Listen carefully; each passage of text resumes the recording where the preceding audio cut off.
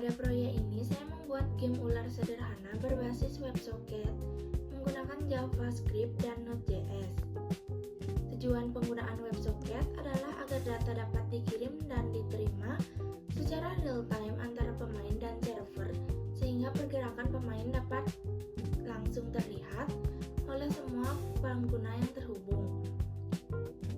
Langkah pertama yang saya lakukan adalah menginstal Node.js untuk menjalankan JavaScript di sisi server. Kemudian, menginstal VS Code sebagai editor kode. Setelah itu, saya membuat folder proyek bernama Game Ular dan membuatnya di VS Code. Selanjutnya, saya membuka terminal dan menjalankan perintah.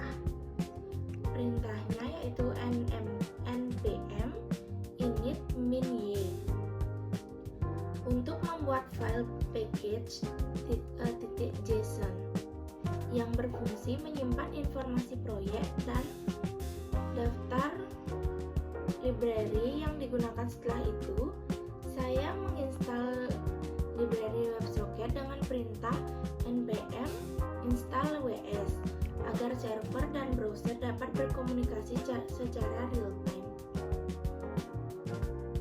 Kemudian, saya membuat 3 file utama, yaitu server.js, yang kedua index.html, dan yang ketiga game.js. Pada file server.js, saya membuat server WebSocket yang berjalan pada port 8080 dengan tugas menerima koneksi pemain, menerima data posisi pemain, lalu mengirimkan data tersebut ke semua pemain yang terhubung. Pada file index.html, saya membuat tampilan halaman web sederhana yang berisi judul permainan dan sebuah kanvas sebagai area untuk menampilkan objek permainan.